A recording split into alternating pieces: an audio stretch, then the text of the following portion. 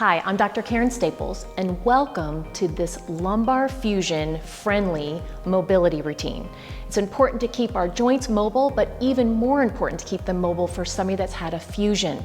We want to make sure we're protecting the areas both above and below that fusion to make sure that we keep all the other joints happy, but we prevent any further injuries or potential surgery. So let's get started. So we're going to start lying down onto your back. So to get down, you're gonna first get to your side, making sure that you're coming here. Then as a unit, take your shoulders and your hips and roll back onto your back. Line yourself up onto your mat. Knees are bent, feet are flat. Have those legs about a hip width distance apart, which is about your fist distance. Take one leg, grab behind the back of the thigh near the knee. Gently pull that leg in towards your body, keeping that knee relaxed, and breathe slowly in and out. And then gently take that leg away from you where your arm length can go, and then gently bring it back in. So the difference between a mobility routine and stretching, mobility, we're just trying to wake those joints up. Stretching, we're looking at stretching the muscles. So we're just looking to wake the joints up. Do that a couple more times. Again, keeping your breath smooth in and out. The leg that's not being moved should stay pointing up towards the ceiling. Then pause when your knee is fairly over top of your hip, and then gently go ahead and straighten your knee where you can, and then bend it. As you keep going, when we straighten, we go to the point where we feel a mild to moderate pull in the back of the leg. If you feel anything super sharp, burny, sharp, stabbing, you've gone too far. Again, remember it's slow movement, breathing smooth in and out. If you're ready to add on, we flex that foot as you bring your leg up and point your foot as you come back down.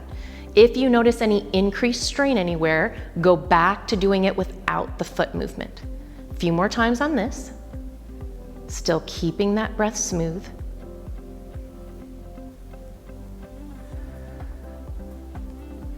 Now take that ankle, bring it over top of your other knee, and bring your hands to the outside of that knee.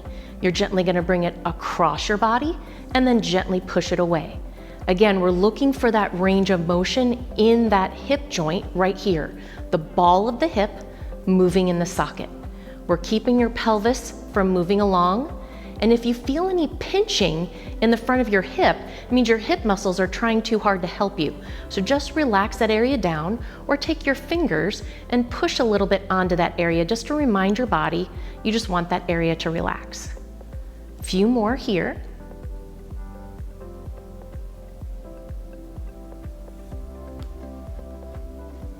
And now we'll take that leg, uncross it, bring it back down. We get to do those same 3 exercises on the other side.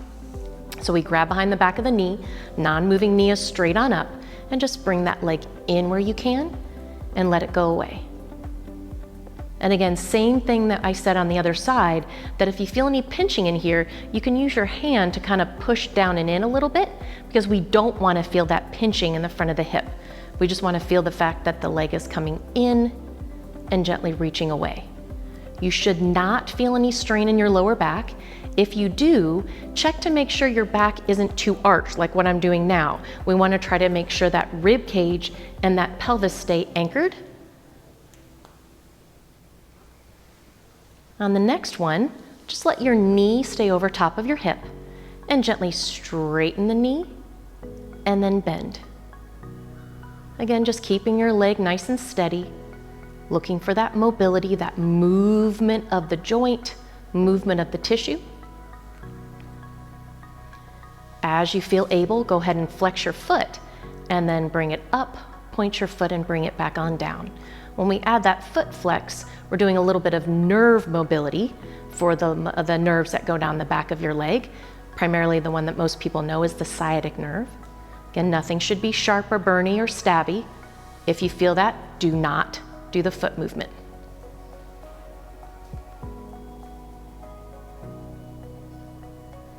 Good, one more on this side. Now take that ankle, put it over top of the other knee, bring your hands towards that knee, and you're gonna bring that knee across your body towards your opposite shoulder, and then gently push it away. Again, just taking that nice gentle movement, but we're keeping your shoulders rib cage and pelvis all anchored. So the rotation is happening in the ball of the hip in the socket versus moving the socket, which is the pelvis.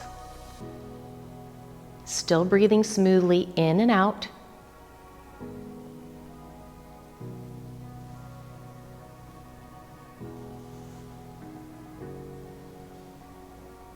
And do one more.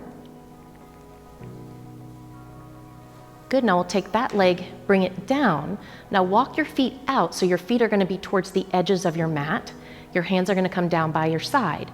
You're gonna let both knees go to one side. So I'm going towards my left, and then I'm gently gonna bring my legs on up and go towards my right. So as I'm doing this, I'm keeping my socket, my pelvis down. So I'm limiting how far my legs are going side to side to make sure I avoid any rotation of that pelvis or lifting of my buttocks. As soon as I do that, that's gonna cause a twist into that low back area that we wanna avoid because there's been a lumbar fusion. Just a few more each side, making sure you're breathing smoothly in and out.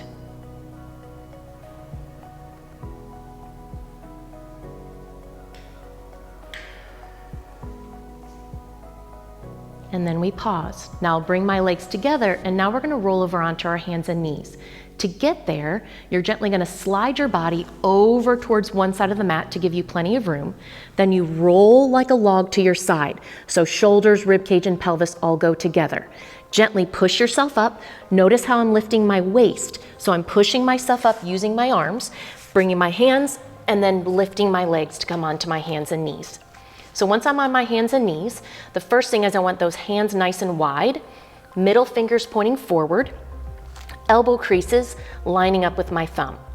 Now I'm gonna go and take one foot, I'm gonna bring it on the outside of my other hand. So I'm gonna bring my left foot up on the outside of my left hand. Then I'm gently gonna rock forward and rock back. If your foot can't come up this high, that's fine.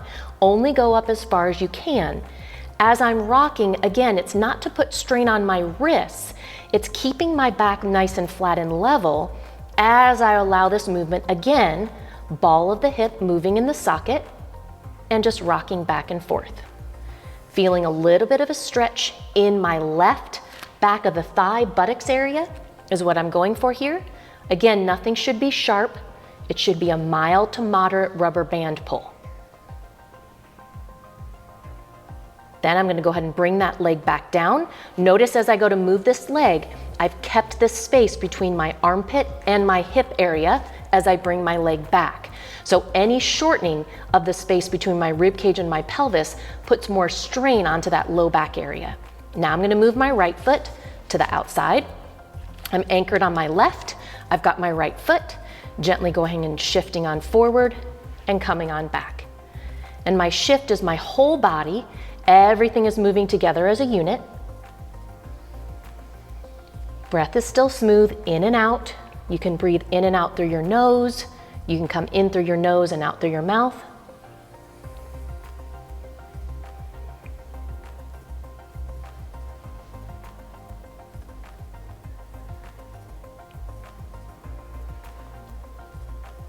One more here. Now we're gonna bring that right leg back in line. Again, making sure that my shoulder and my pelvis, specifically on that right side, stay away from one another to swing that leg back around. Now gently sit back towards your feet and carefully come back on up. As we do this rocking, if you feel strain in your knees, you can limit your range and go a little bit less, so don't go as low to your feet as I'm going, but you wanna try to get down as low as you can.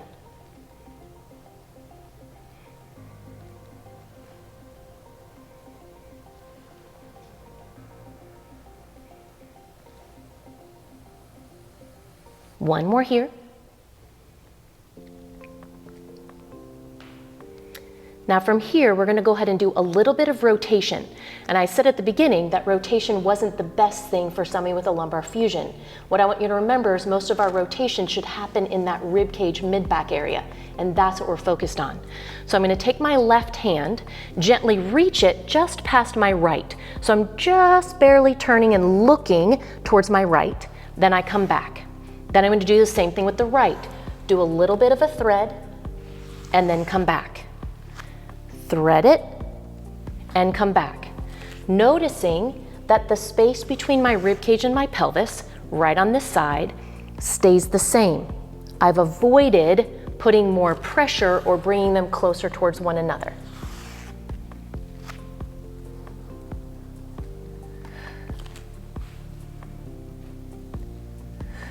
One more each side.